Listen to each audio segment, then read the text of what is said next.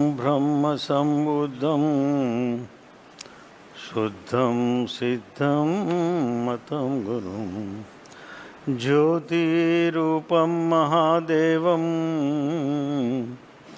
लोकालोकप्रकाशकं गतरागद्वेषमोहा सर्वपापविवर्जिता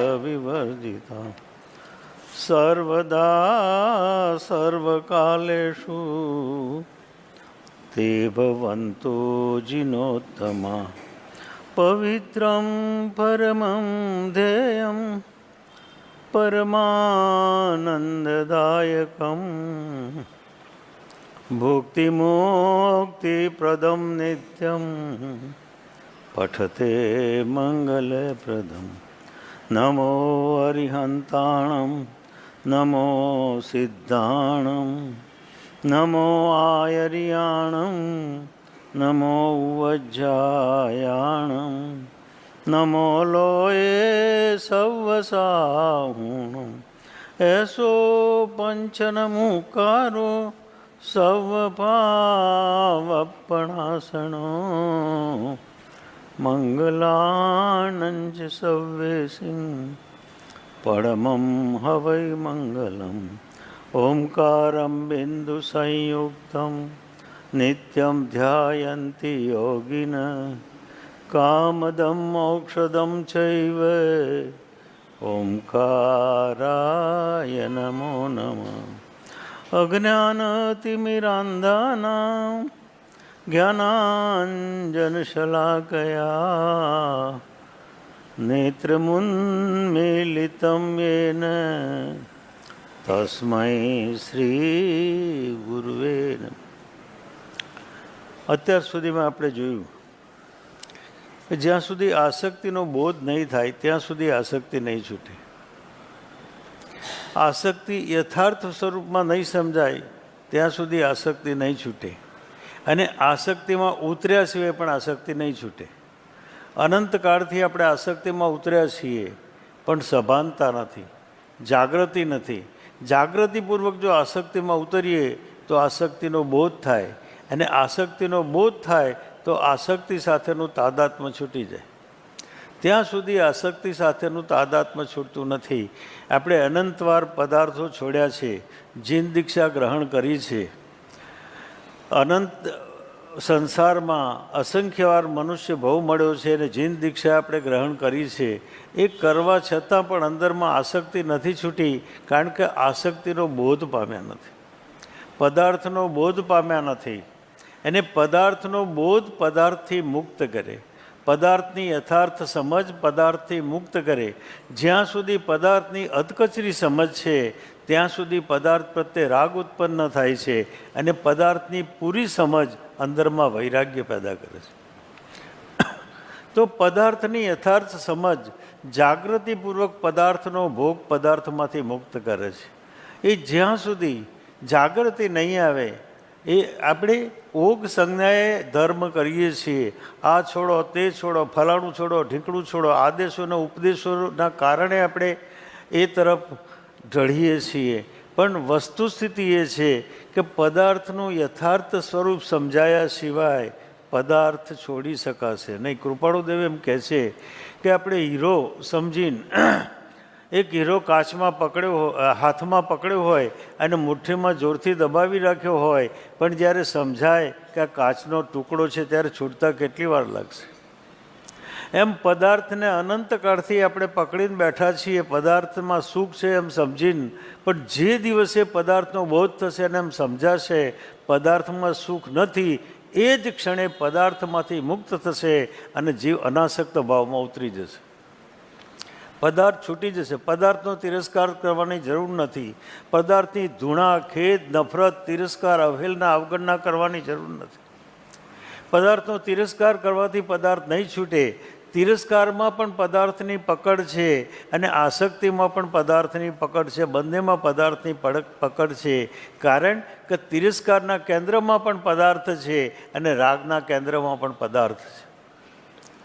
એ પદાર્થનું યથાર્થ સ્વરૂપ સમજ્યા સિવાય પદાર્થથી મુક્ત નહીં થઈ શકાય. એને ચેતનનું યથાર્થ સ્વરૂપ સમજ્યા સિવાય ચેતનાનો બોધ પણ નહીં થઈ શકે. બંને સમજવા પડશે. પદાર્થનું યથાર્થ સ્વરૂપ પણ સમજવું પડશે અને ચેતનાનું પણ યથાર્થ સ્વરૂપ સમજવું પડશે. માટે ભગવાન મહાવીરે કહ્યું કે બંધનમ પરિજાણ્યા બંધનમ પરિછેદ્યા. પરિજાણ્યા, પરી એટલે ચારે તરફ. ચારે તરફથી બંધનને જાણો, બંધનને સમગ્રપણે જાણો, યથાર્થપણે જાણો, અનુભવપૂર્વક જાણો, એને પૂર્ણ સમજપૂર્વક જાણો. પદાર્થની પૂર્ણ સમજ જ અંદરમાં વૈરાગ્ય પેદા કરે છે. પદાર્થની અધકચરી સમજ રાગ પેદા કરશે. એટલા માટે કહ્યું પદાર્થને યથાર્થપણે જાણવું.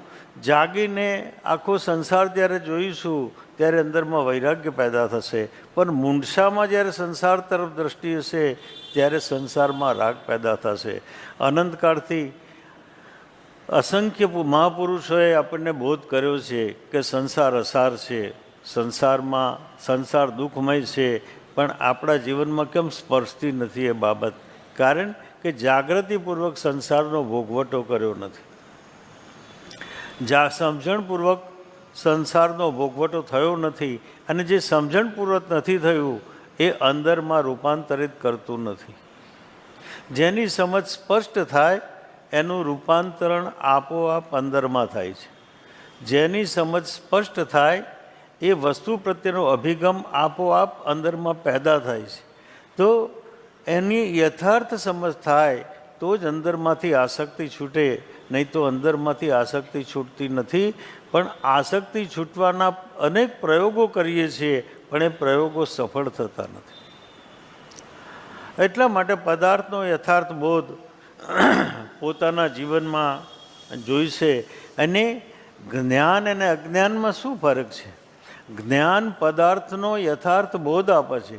જ્ઞાન પદાર્થને પણ જાણે છે અને જ્ઞાન પરમ તત્વને પણ જાણે છે. જ્ઞાન બંનેને જાણે છે. જ્ઞાનની અંદર પદાર્થનો પણ બોધ છે અને પરમ તત્વનો પણ બોધ છે. અને એ પણ સમજાય છે કે પદાર્થમાં સુખ નથી અને પરમ તત્વમાં સુખ સિવાય બીજું કંઈ નથી. એ પણ સમજાય છે. એ સમજાવવાના કારણે સહજ સ્વરૂપે પદાર્થો છૂટી જાય છે. સહજ સ્વરૂપે પદાર્થો છૂટી જાય છે. અને જે પદાર્થો સહજ સ્વરૂપે છૂટે છે એ પદાર્થો જીવનમાં પાછા ફરતા નથી. પણ પરાણે પદાર્થોને છોડ્યા હશે તો ચેતના પાછી પદાર્થ તરફ વહી જશે, પદાર્થ તરફ ચાલી જશે. કારણ કે પદાર્થનો યથાર્થ બોધ આપણા જીવનમાં પ્રગટ થયો નથી. તો આ વિચાર આપણા જીવનમાં આપણે પ્રગટાવવો પડશે. આ વિચાર આપણા જીવનમાં પ્રગટાવવો પડશે. અને જ્યારે જગતની પરિસ્થિતિનો યથાર્થ બોધ થાય છે ત્યારે અંદરમાં વિરક્તિનો ભાવ પેદા થાય છે, વૈરાગ્યનો ભાવ પેદા થાય છે. અને વૈરાગ્યનો ભાવ પેદા થતાની સાથે જ ચેતના અંતર્મુખી બને છે અને અંતર સાથે જોડાણ થાય છે. ત્યાં સુધી વાસ્તવિક અંતર સાથે જોડાણ થતું નથી, પણ ઓગ સંજ્ઞાએ ધર્મ થાય છે, વ્યવહારિક ધર્મ થાય છે. આંતરિક ધર્મ અંદરમાં થતો નથી એટલે જ્ઞાન પરિણામ પામતું નથી. હવે કૃપાળુદેવ એમ કહે છે કે જ્ઞાન અને અજ્ઞાનમાં શું ફરક છે? અજ્ઞાન પણ જ્ઞાનનું સ્વરૂપ છે. જ્ઞાન તો જ્ઞાનનું સ્વરૂપ છે જ, પણ અજ્ઞાન પણ જ્ઞાનનું સ્વરૂપ છે, પણ એ વિકૃત સ્વરૂપ છે. અજ્ઞાન પણ જ્ઞાનનું જ સ્વરૂપ છે, પણ એ વિરુદ્ધ સ્વરૂપ છે. જ્ઞાન એ જ્ઞાનનું સ્વરૂપ છે અને અજ્ઞાન એ પણ જ્ઞાનનું સ્વરૂપ છે. એ વાત કૃપાળુદેવ કરે છે. કૃપાળુદેવ એમ કહે છે 770માં પત્રમાં, જ્ઞાન જીવનું રૂપ છે માટે તે અરૂપ છે. પહેલી વાત એ કરી કે આત્મા અરૂપી છે અને જ્ઞાન એ આત્માનો સ્વભાવ છે, એટલે એ પણ અરૂપી છે. તો જ્ઞાન અરૂપી છે. તે જ્ઞાન વિપરીતપણે જાણવાનું કાર્ય કરે છે. એ જ્ઞાન બે કામ કરે છે. સમ્યક પ્રકારે પણ જાણે છે અને વિપરીત પ્રકારે પણ જાણે છે. જ્ઞાનની બે ચાલ છે. એક જ્ઞાનની સમ્યક ચાલ છે અને એક જ્ઞાનની વિપરીત ચાલ છે. બંને ચાલ છે. એક સ્વાભાવિક ચાલ છે અને એક વિભાવિક ચાલ છે. જ્ઞાન બે ચાલમાં ચાલે છે. જ્યારે સ્વાભાવિક ચાલમાં ચાલે છે ત્યારે ચૈતન્યનો બોધ પ્રગટ થાય છે, પણ જ્યારે વિપરીત ચાલમાં ચાલે છે ત્યારે જગત પ્રત્યે આસક્તિને મમત્વ પેદા થાય છે. ત્યારે જગત પ્રત્યે આસક્તિને મમત્વ પેદા થાય છે અને એમાંથી સંસાર ઊભો થાય છે. તો જ્ઞાન જીવનું રૂપ છે, માટે તે અરૂપી છે ને જ્ઞાન વિપરીતપણે જાણવાનું કાર્ય કરે છે ત્યાં સુધી તેને અજ્ઞાન કહેવું એ નિર્ગંત પરિભાષા કરી છે. જ્ઞાન જ્યારે વિપરીતપણે પ્રવર્તન કરે છે ત્યારે અજ્ઞાન દશા છે. જ્ઞાન જ્યારે સમ્યક પ્રકારે પ્રવર્તન કરે છે ત્યારે જ્ઞાન સમ્યક છે. તો જ્ઞાનની જે બે ચાલ છે એમાં એની ચાલ બદલવાની છે. જ્ઞાનની ચાલ બદલવાની છે. જ્ઞાનની જે વિપરીત ચાલ છે એમાંથી જ્ઞાનની સમ્યક ચાલ થાય તો અંદરમાં ચૈતન્યનો બોધ પ્રગટ થાય, પણ વિપરીત ચાલ થાય તો સંસાર તરફ રાગ ઉત્પન્ન થાય. એટલે જ્ઞાનની ચાલ જ્યાં સુધી નહીં બદલાય ત્યાં સુધી આંતરિક અવસ્થામાં રૂપાંતરણ થતું નથી. ઓગ સંન્યાએ પદાર્થોનો કરેલો ત્યાગ પદાર્થોની સ્મૃતિ આપશે. આપણે ઉપવાસ કર્યો હોય અને એ દિવસે પદાર્થો છોડી દીધા, પણ પારણાની ચિંતા ખરી કે નહીં? પારણાની ચિંતા થાય છે કે નહીં? તો પદાર્થો છોડ્યા છે પણ છૂટ્યા નથી, કારણ કે પદાર્થનો યથાર્થ બોધ થયો નથી. ઉપવાસે કર્યો છે એટલે કર્તૃત્વ અંદરમાં પડેલું છે, અને જ્યાં કર્તૃત્વની ચાલ છે ત્યાં અંદરમાં કંઈ છૂટતું નથી પણ પકડાતું જાય છે. તો કહે છે કે જ્ઞાન જીવનું રૂપ છે, માટે તે અરૂપી છે ને જ્ઞાન વિપરીતપણે જાણવાનું કાર્ય કરે છે ત્યાં સુધી તેને અજ્ઞાન કહેવું એવી નિર્ગંત પરિભાષા કરી છે. પણ એ સ્થળે જ્ઞાનનું બીજું નામ જ અજ્ઞાન છે એમ જાણવું. તો એ જ જ્ઞાનનું બીજું નામ અજ્ઞાન કહીએ છીએ. અજ્ઞાન એટલે જ્ઞાનનો અભાવ નથી, જ્ઞાનનું વિપરીતપણું છે. અજ્ઞાન એ જ્ઞાનનો અભાવ નથી, જ્ઞાનનું વિપરીતપણું છે. એને વિપરીતપણું અંદર હોવાના કારણે સંસાર પ્રત્યે રાગ ઉત્પન્ન થાય છે, સમજ ઊંધી થાય છે. જ્ઞાન વિપરીત થાય છે એટલે તો અવળી સમજ પેદા થાય છે, અને અવળી સમજ પેદા થવાના કારણે પદાર્થોમાં, વસ્તુઓમાં, સંજોગોમાં અને ઘટનાઓમાં રાગ ઉત્પન્ન થાય છે. એની અંદર રાગ ઉત્પન્ન થાય છે અને સંસારનો અનુબંધ થવાનો શરૂ થાય છે, ચાલુ થાય છે. તો જ્ઞાનનું બીજું નામ અજ્ઞાન હોય તો જ્ઞાનનું બીજું નામ અજ્ઞાન નથી, જ્ઞાનની વિપરીત ચાલે અજ્ઞાન છે. અહીં શ્રી કૃપાળુદેવ દલીલ કરે છે, જ્ઞાનનું બીજું નામ અજ્ઞાન હોય તો જેમ જ્ઞાનથી મોક્ષ થાય એમ કહ્યું છે, તેમ અજ્ઞાનથી પણ મોક્ષ થવો જોઈએ. જ્ઞાનથી જેમ મોક્ષ થાય એમ અજ્ઞાનથી પણ મોક્ષ થવો જોઈએ. જો જ્ઞાનનું જ બીજું નામ અજ્ઞાન હોય તો જ્ઞાનનું બીજું નામ અજ્ઞાન નથી, પણ જ્ઞાનની ચાલ અજ્ઞાન છે, જ્ઞાનની વિપરીત ચાલ અજ્ઞાન છે. જ્ઞાન જ્યારે વિપરીત દિશામાં એટલે પદાર્થ તરફ જ્યારે ઢળેલું હોય છે ત્યારે જ્ઞાન અજ્ઞાન રૂપે પરિણામ પામે છે. એ જ જ્ઞાન એ જ છે, જ્ઞાન બીજું નથી. જ્યારે સમ્યક સમજ પેદા થાય છે ત્યારે એ જ જ્ઞાન સમ્યક પ્રકારે પરિણામ પામે છે, અને સમ્યક પ્રકારે પરિણામેલું જ્ઞાન સમ્યક પરિણામ પેદા કરે છે. તો જ્ઞાનની ચાલ ઉપર આધાર છે કે જ્ઞાનની ચાલ કેવી છે. સાધકે જ્ઞાનની પોતાની ચાલ જોવી જોઈશે.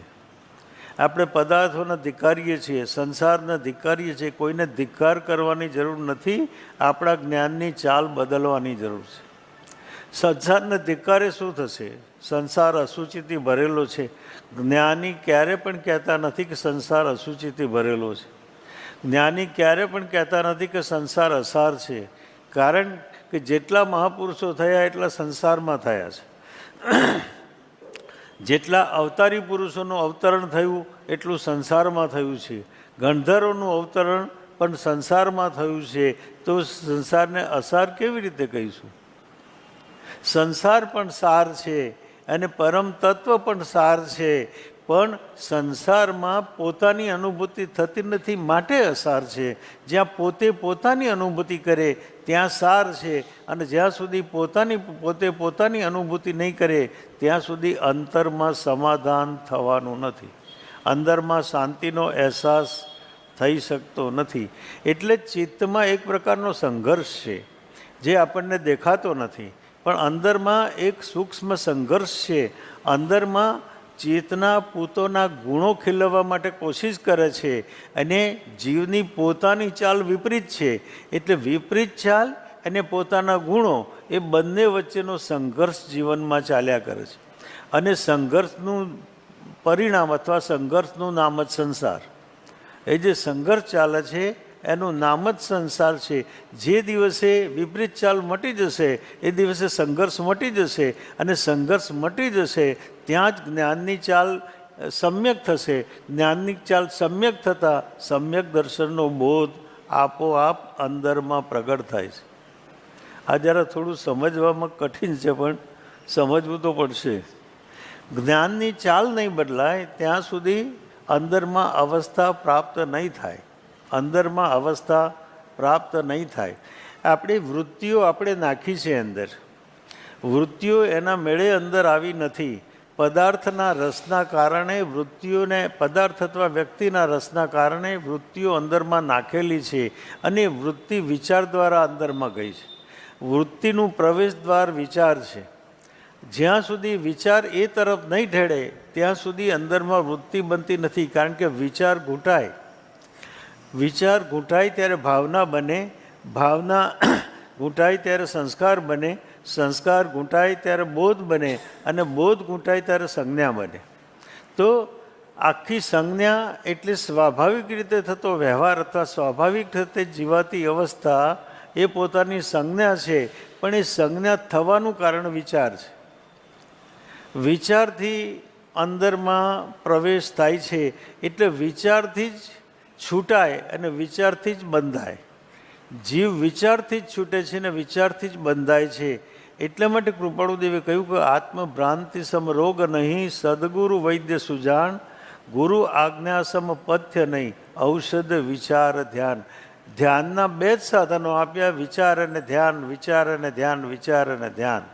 વિચાર પોતાની દિશા બદલે તો એ જ ભાવના, એ જ સંસ્કાર છૂટવાના શરૂ થાય. વિચાર પોતાની દિશા ન બદલે તો એ ભાવના અને સંસ્કાર અંદરમાં દ્રઢ થાય. પણ એના પાયામાં વિચાર છે. એના પાયામાં વિચાર છે. એટલે એક બાજુ ચૈતન્યનો વિચાર કરવો પડશે અને બીજી બાજુ પદાર્થનો વિચાર કરવો પડશે. અને સમ્યક સમજ જો એમાંથી પ્રાપ્ત થાય તો સમ્યક બોધ થાય. સમ્યક બોધ થતાની સાથે ચેતના રૂપાંતરિત થાય છે અને અંતર્મુખી બની જાય છે. એટલે કૃપાળુદેવે કહ્યું, એના વિચાર વિવેકપૂર્વક શાંત ભાવે જો કર્યા તો સર્વ આત્મિક જ્ઞાનના સિદ્ધાંત તત્વનું ભવે. એના વિચાર એ પરમ તત્વના પણ વિચાર અને જે જ્ઞાનની વિપરીત ચાલ છે એના પણ વિચાર જો સમ્યક પ્રકારે કર્યા, શાંત ભાવે કર્યા, યોગ્ય રીતે કર્યા, અંદરમાં પ્રવેશીને કર્યા તો પોતાની ચાલ બદલાયા વગર રહેશે નહીં. એટલે કહ્યું કે સિદ્ધાંત તત્વ અનુભવ્યા તો સિદ્ધાંત અંદરમાં અનુભવમાં આવશે. જીવના ગુણોનો અનુભવ થશે, ચૈતન્યના ગુણોનો અનુભવ થશે. પણ પોતાની ચાલ યથાર્થ હોય તો, યથાર્થ ચાલ ન હોય તો એ ગુણોનો અનુભવ થઈ શકતો નથી. પોતે એ ગુણોનો માલિક હોવા છતાં એ અનુભવ થઈ શકતો નથી. કારણ કે પોતે વિભાવમાં પરિણામ પામ્યો છે, એના વિરુદ્ધમાં પરિણામ પામ્યો છે. એટલે અંદરમાં સમ્યક ચાલ પોતાના જીવનમાં આવી નથી. જ્ઞાનનું બીજું નામ અજ્ઞાન હોય તો જેમ જ્ઞાનથી મોક્ષ થાય એમ કહ્યું છે, તેમ અજ્ઞાનથી પણ મોક્ષ થવો જોઈએ. જ્ઞાનનું બીજું નામ અજ્ઞાન નથી, પણ જ્ઞાન અને અજ્ઞાનની ચાલ જુદી છે. જ્ઞાનની સમ્યક ચાલ છે અને અજ્ઞાનની વિપરીત ચાલ છે. ચાલ તો બંનેમાં છે, પણ એકમાં સમ્યક છે અને એકમાં વિપરીત ચાલ છે. અને બંનેના પરિણામો જુદા જુદા જીવનમાં પેદા થાય છે. તેમજ મુક્ત જીવમાં પણ જ્ઞાન કહ્યું છે તેમ અજ્ઞાન પણ કહેવું જોઈએ. જો જ્ઞાન અને અજ્ઞાન એક જ હોય તો મુક્તાત્મામાં પણ જ્ઞાન અને અજ્ઞાન બંને, મુક્ત આત્મામાં પણ જ્ઞાન અને અજ્ઞાન બંને હોય એવો વિચાર કરી શકાય. એમ શંકા કરી છે તેનું આ પ્રમાણે સમાધાન છે. આ વાતનું સમાધાન કૃપાળુ પોતે પોતાના શ્રી મુખેથી કરી રહ્યા છે, શ્રી મુખેથી સમજાવી રહ્યા છે. આંટી પડવાથી ગૂંચાયેલું સૂત્ર અને આંટી નીકળી જવાથી વગર ગૂંચાયેલું સૂત્ર એ બંને સૂત્ર જ છે. જેમ જ્ઞાન જ્ઞાન જ છે, વિપરીત જ્ઞાન પણ જ્ઞાન જ છે, અને સમ્યક જ્ઞાન પણ જ્ઞાન જ છે. જેમ આંટી હોય, દોરાની આંટી હોય અને ગૂંચાયેલો હોય, દોરો ગૂંચાયેલો હોય તો એ પણ આંટી જ છે, અને વગર ગૂંચાયેલો હોય તો પણ એ આંટી જ છે, પણ એનું સ્વરૂપ ફેર છે, એનો સ્વરૂપ ભેદ છે. એ જે સ્વરૂપ ભેદ થયો છે એ બાત કરીને જ્યારે જોઈએ ત્યારે તો સૂત્ર સૂત્ર જ છે, એમ જ્ઞાન જ્ઞાન જ છે. એક જ્ઞાનની વિપરીત ચાલ છે અને એક જ્ઞાનની સમ્યક ચાલ છે. છતાં આંટીથી ગૂંચાયેલું સૂત્ર અને વગર ગૂંચાયેલું સૂત્ર એમ કહેવાય છે. એક ગૂંચાયેલું દોરો અને બીજો વગર ગૂંચાયેલો દોરો, એટલે વગર ગૂંચાયેલો દોરો એ જ્ઞાન અને ગૂંચાયેલો દોરો એ અજ્ઞાન. આ અવસ્થા છે.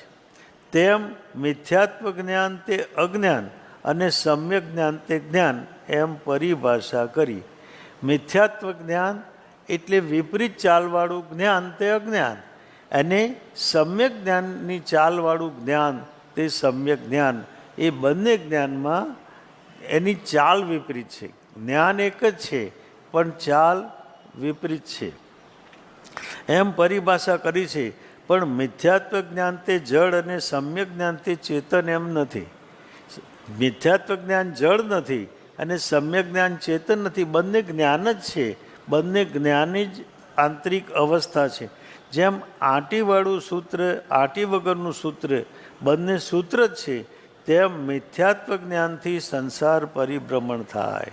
આજે મિથ્યાત્વ જ્ઞાન અથવા જ્ઞાનની વિપરીત ચાલ સંસારનું પરિભ્રમણ ઉત્પન્ન કરે છે. કારણ કે મિથ્યાત્વ ચાલના કારણે, વિપરીત ચાલના કારણે રાગ ઉત્પન્ન થાય છે, આસક્તિને મમત્વ ઉત્પન્ન થાય છે.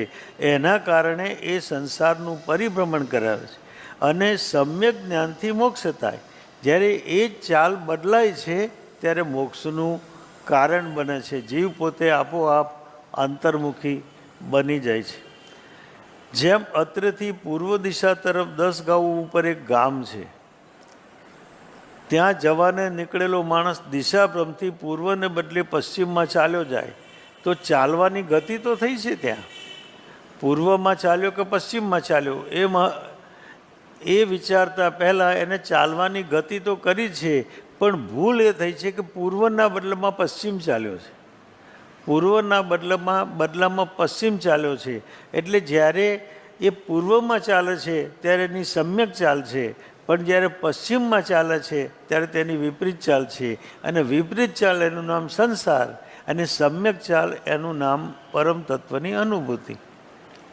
ત્યાં જવાને અર્થે નીકળેલો માણસ દિશાભ્રમથી પૂર્વને બદલે પશ્ચિમ તરફ ચાલ્યો જાય તો તે પૂર્વ દિશાવાળું ગામ પ્રાપ્ત ન થાય. તો જેમ પૂર્વ દિશામાં રહેલું ગામની પ્રાપ્તિ થતી નથી, એટલે પરમ તત્વનો બોધ એને પ્રાપ્ત થતો નથી, કારણ કે ચાલ વિપરીત છે. હવે એ જ જ્યારે એને સમજ આવે કે મારી ચાલ ખોટી છે, મારી ચાલ બરાબર નથી, એ સમજ, એ વિચાર, એ ચિંતન, એ અભિપ્રાયને બોધ પ્રગટ થાય તો એ સમ્યક દિશામાં ચાલે તો એ ઉલટી દિશા છૂટી જાય અને પોતાની મૂળભૂત દિશામાં તે ચાલે. તો તે પૂર્વ દિશાવાળું ગામ પ્રાપ્ત ન થાય. પણ તેથી તેણે ચાલવારૂપ ક્રિયા કરી નથી એમ કહી ન શકાય. એને ક્રિયા તો કરી છે પણ દિશા ખોટી છે. એમ અજ્ઞાનમાં પણ ક્રિયા તો છે. અજ્ઞાનમાં ક્રિયા તો છે. પોતાના શક્તિને સામર્થ જે મળ્યા છે, શક્તિને સામર્થ તટસ્થ છે. એ એક વાત સમજી લેવા જેવી છે કે જે ચેતનામાંથી શક્તિને સામર્થ પ્રગટ થાય છે અથવા અનંત વીર્યમાંથી જે શક્તિ પ્રગટ થાય છે એ તટસ્થ છે. પણ જીવ પોતે એને ક્યાં વાપરવી એ નક્કી કરે છે. જીવ પોતે એ ક્યાં વાપરવી એ નક્કી કરે છે. જેમ પરમાત્મા અનાજ આપે છે પણ રોટલી આપતા નથી. રોટલી આપણે બનાવવી પડે, અથવા તો બ્રેડ આપણે બનાવવી પડે, અથવા તો બીજું કંઈ રસોઈ આપણે બનાવવી પડે. એમ ક્રૂડ ફોર્મમાં આપણને માલ મળેલો છે, એમ શક્તિ ક્રૂડ ફોર્મમાં મરેલી છે. આપણે ક્યાં વાપરવી એ નિર્ણય આપણો પોતાનો છે. આટલી સ્વતંત્રતા પરમાત્માએ આપણને આપેલી છે. આટલી મોટી સ્વતંત્રતા પરમાત્માએ આપણને આપેલી છે કે આપણી શક્તિ આપણે ક્યાં વાપરવી એના માલિક આપણે છીએ.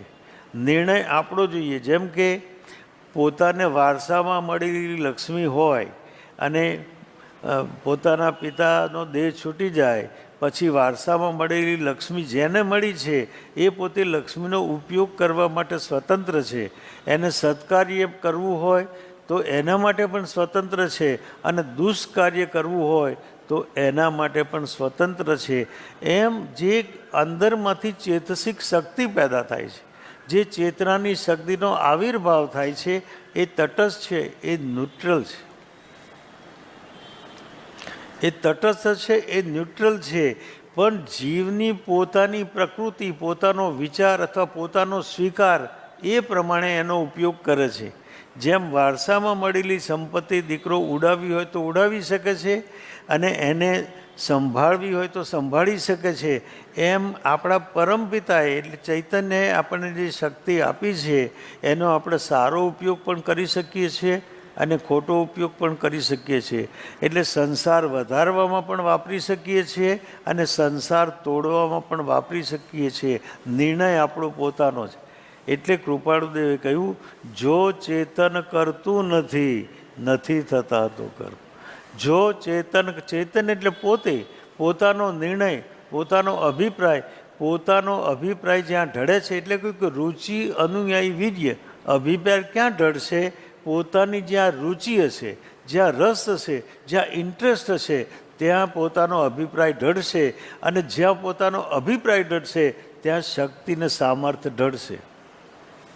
એટલે સંસારે આપણી પેદાશ છે, કોઈએ આપ્યો નથી. આપણા ચિત્તની અવસ્થા છે, આપણા વિચારની અવસ્થા છે. જે દિવસે વિચાર બદલાશે એ દિવસે સંસાર છૂટી જશે. જે દિવસે વિચાર બદલાશે એ દિવસે સંસાર છૂટી જશે. આપણા પોતાના જ વિચારની પેદાશે સંસાર છે અને આપણા પોતાના જ વિચારની ચાલ એ આપણી પરમ તત્વની અનુભૂતિ છે. આપણે નિર્ણય કરવો પડશે કે આપણા જીવનમાં શું કરવું છે. તો ચાલવારૂપ ક્રિયા કરી નથી એમ કહી ન શકાય. તેમજ દેહ અને આત્મા જુદા છતાં, દેહ અને આત્મા જુદા છતાં દેહ અને આત્મા એક જાણ્યા છે. દેહ અને આત્મા જુદા છતાં દેહ અને આત્મા એક જાણ્યા છે. તે જીવ દેહ બુદ્ધિએ કરી સંસાર પરિભ્રમણ કરે છે. હવે વાસ્તવિકતા તો એ છે કે આખા જગતને ખબર છે કે દેહ અને આત્મા છૂટા છે. આખા જગતને ખબર છે કે દેહ અને આત્મા જુદા છે. એને જોયું પણ છે. લોકોને દેહનો ત્યાગ કરતા જોયા પણ છે, ખબર પણ છે. પણ અંદરમાંથી દેહ બુદ્ધિ તૂટતી નથી. અંદરમાંથી દેહ એ હું, એ જે દેહાત્મ બુદ્ધિ, એ દેહાત્મ બુદ્ધિ છૂટતી નથી. એની એ કેમ નથી છૂટતી એનું કારણ અંદરમાં જે પડેલો મોહ, એ મોહ ભ્રમણા ઉત્પન્ન કરે છે. એને ભ્રમણા ઉત્પન્ન કરવાના કારણે એ દેહાત્મ બુદ્ધિ પોતાની છૂટતી નથી. એટલે પોતાની ચાલ બદલાતી નથી. પોતાની ચાલ ન બદલાવાનું કારણ આ છે. આપણે કેટલી વાર સાંભળ્યું છે કે સંસાર અસાર છે, સંસારથી મુક્ત થવું અને પરમ તત્વની પ્રાપ્તિ કરવી. કેટલી વાર સાંભળ્યું છે, પણ એ કંઈ અસર કેમ નથી થતી? કારણ કે વચમાં મોહ આડો આવે છે. વચમાં જે ભ્રમ પેદા થયો છે કે પદાર્થમાં સુખ છે, એ મોહ, અને એ મોહ વચ્ચે આડો આવે છે. અને આડો આવે છે એટલે જે ચૈતન્યની ચાલ બદલાવી જોઈએ એ ચાલ બદલાતી નથી. એ ચાલ સમ્યક થતી નથી. તો દેહ બુદ્ધિએ કરી સંસાર પરિભ્રમણ કરે છે, પણ તેથી તેણે જાણવારૂપ કાર્ય કર્યું નથી એમ કહી ન શકાય. એને જાણ્યું તો છે જ, પણ દેહને જાણ્યું, ઉલટું જાણ્યું. જાણવારૂપ કાર્ય તો કર્યું, પણ જે જાણવા જેવું હતું એને ન જાણ્યું. પણ જે જાણવાની જરૂર નથી એ જાણવાની એને કોશિશ કરી. તો એટલા માટે કહે છે કે પૂર્વથી પશ્ચિમમાં ચાલ્યો છે અને પૂર્વને પશ્ચિમ માનવારૂપ જે ભ્રમ છે તેમ દેહ અને આત્મા જુદા છતાં બેયને એક માનવારૂપ ભ્રમ છે, પણ પશ્ચિમમાં ચાલવા જતાં જેમ ચાલવારૂપ સ્વભાવ છે, તેમ દેહ અને આત્માને એક માનવામાં પણ જાણવારૂપ સ્વભાવ છે. એ જાણવારૂપ સ્વભાવ એટલે જ્ઞાન. જ્ઞાનનું કામ જોવું અને જાણવું છે. એટલે એમ કહેવું છે કે જાણવાની જે પ્રક્રિયા છે ચેતનની સ્વાભાવિક પણ ચાલ છે અને વિભાવિક પણ ચાલ છે. સ્વસ્વભાવ તરફની જે ચાલ છે એ સ્વાભાવિક ચાલ છે, અને પર તરફની જે ચાલ છે એ વિભાવિક ચાલ છે. એ ચાલ ન બદલાય ત્યાં સુધી અજ્ઞાન જ્ઞાનમાં પરિણમિત થતું નથી. એ ચાલ ન બદલાય ત્યાં સુધી અજ્ઞાન જ્ઞાનમાં પરિણમિત થતું નથી. આ બધું કોને વિચારવું પડશે? જીવે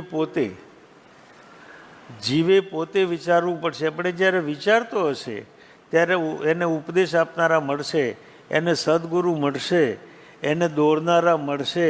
એવી કુદરતમાં વ્યવસ્થા છે. પણ ક્યારે મળે? સમ્યક વિચાર થાય ત્યારે મળે. વિપરીત વિચાર થાય ત્યારે એમનો બોધ નહીં પ્રાપ્ત થાય, ને પ્રાપ્ત થયો હશે તો પણ નિષ્ફળ જશે.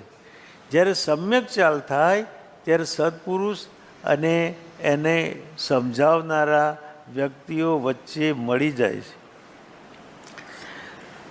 જતાં જેમ ચાલવારૂપ સ્વભાવ છે તેમ દેહ અને આત્માને એક રૂપ માનવામાં પણ જાણવારૂપ સ્વભાવ છે.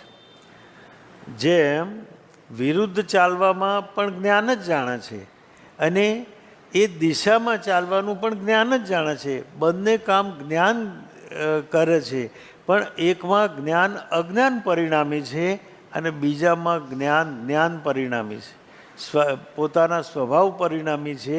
એટલે એ સમ્યક ચાલ છે અને એકમાં વિપરીત ચાલ છે. જેમ પૂર્વને બદલે પશ્ચિમને પૂર્વ માનેલ છે. ભ્રમ શું છે? ભ્રમ શું થયું? તો પૂર્વને પશ્ચિમ માની લીધું અને પશ્ચિમને પૂર્વ માની લીધું. ભૂલ એ થયું. પશ્ચિમને પૂર્વ માન્યું અને પૂર્વને પશ્ચિમ માન્યું, એ ભૂલ થયેલું છે. તે ભ્રમ તથારૂપ હેતુ સામગ્રી મળે. આ હેતુ સામગ્રી એટલે કોણ? સત્સંગ, સદુપદેશ, જ્ઞાની પુરુષ અથવા તો પરમાત્માની દશા. આ બધા હેતુ સામગ્રી છે. આ ભ્રમ ક્યારે દૂર થાય? આ હેતુ સામગ્રી મળે અને પોતાની ઓળખાણ કરાવે તો શું થાય? એ સમજાવવાથી પૂર્વ જ સમજાય છે. ત્યારે પછી પૂર્વ દિશા પૂર્વ રૂપે જ સમજાય છે અને પશ્ચિમ જ સમજાય છે. ત્યારે પશ્ચિમ રૂપે જણાય છે. ત્યારે તે ભ્રમ ટળી જાય છે અને તે પૂર્વ તરફ ચાલવા લાગે છે. એટલે પદાર્થને છોડીને પરમ તત્વ તરફ ચાલે છે.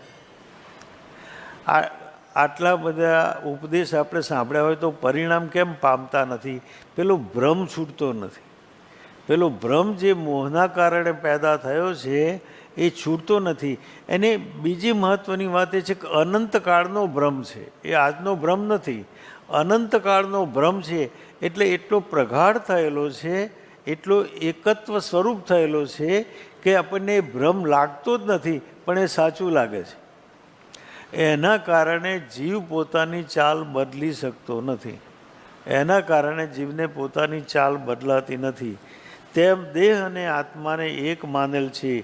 તે સદગુરુ ઉપદેશ આદિ સામગ્રી મળે બંને જુદા છે એમ યથાર્થ સમજાય છે. જ્ઞાની પુરુષ મળે, સત્સંગ થાય અથવા પોતાનું પ્રગાઢ ચિંતન અંદરમાં થાય તો એને બંને જુદા છે સમજાય. ત્યારે ભ્રમ ટળી જઈ આત્મા પ્રત્યે જ્ઞાન ઉપયોગ પરિણમે છે. ત્યારે જે ચાલ હતી જ્ઞાનની ચાલ એ સવળી થઈ, એટલે આત્મા સન્મુખ ચાલ થઈ. આત્મસન્મુખ ચાલ થઈ. એની સાધના એટલે આત્મસન્મુખ ચાલ, અને વિરાધના એટલે આત્મવિમુખ ચાલ. જે જ્ઞાનની ચાલ આત્માથી વિમુખ છે એ વિરાધના છે. જે ચાલ આત્માની સન્મુખ છે એ આરાધના છે. આરાધના અને વિરાધનામાં આ પાયાનું અંતર છે. બ્રહ્મા પૂર્વને બદલે પૂર્વને પશ્ચિમ અને પશ્ચિમને પૂર્વ માન્યા છતાં પૂર્વ તે પૂર્વ અને પશ્ચિમ તે પશ્ચિમ દિશા હતી. એમ આત્મા તે આત્મા જ છે. આત્મા તે આત્મા જ છે અને દેહ તે દેહ જ છે. પણ આપણી માનવાની ભૂલ થઈ છે. વસ્તુ બદલાઈ નથી, વસ્તુ તો જેમની છે તેમ છે, પણ આપણી માનવારૂપ જે ભૂલ થઈ છે એ સુધારવાનું શું છે? આપણી માન્યતા, આપણી માનવાની ભૂલ સુધારવાની જરૂર છે. આપણી માનવાની ભૂલ સુધારવાની જરૂર છે. જેમ કે કોઈ વ્યક્તિને એક બાળક પોતાનું ખોવાયું છે અને એનો અત્તો પત્તો લાગતો નથી.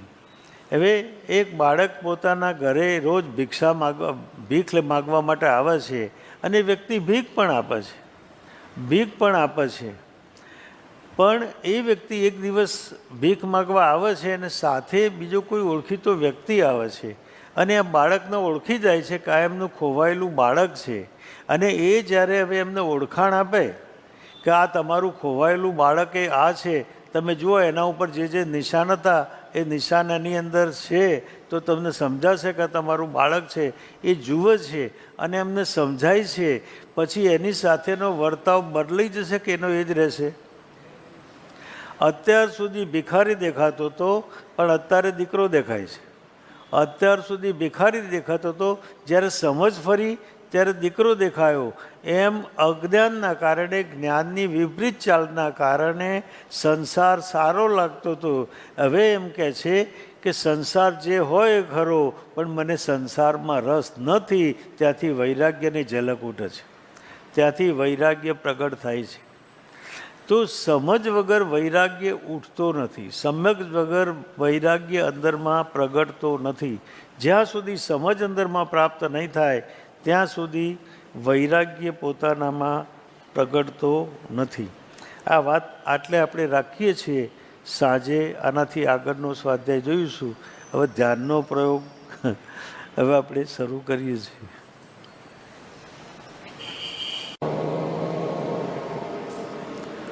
આસનમાંથી મુક્ત થઈશું, ધીરે ધીરે આંખ ખોલીશું.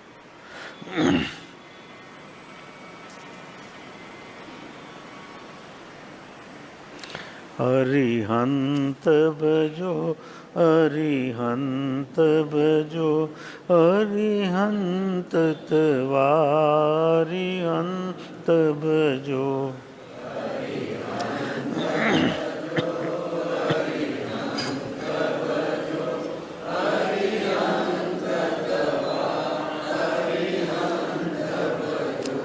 હરિહંત ભજો, હરિહંત ભજો, હરિહંત હરિહંત ભજો.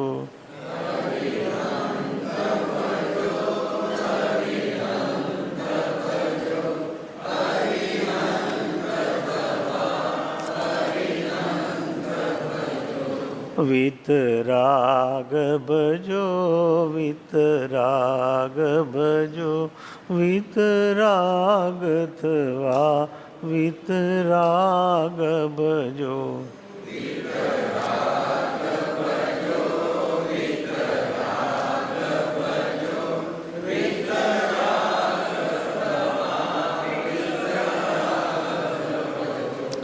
વિતરાગ ભજો, વિતરાગ ભજો, વિતરાગ વિતરાગ ભજો.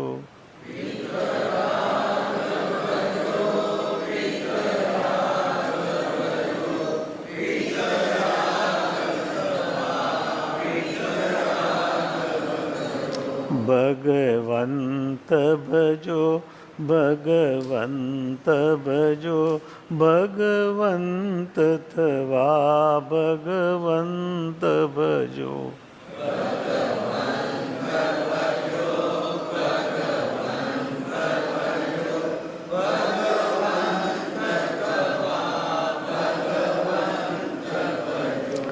ભગવંત ભજો, ભગવંત ભજો, ભગવંત ભગવંત ભજો.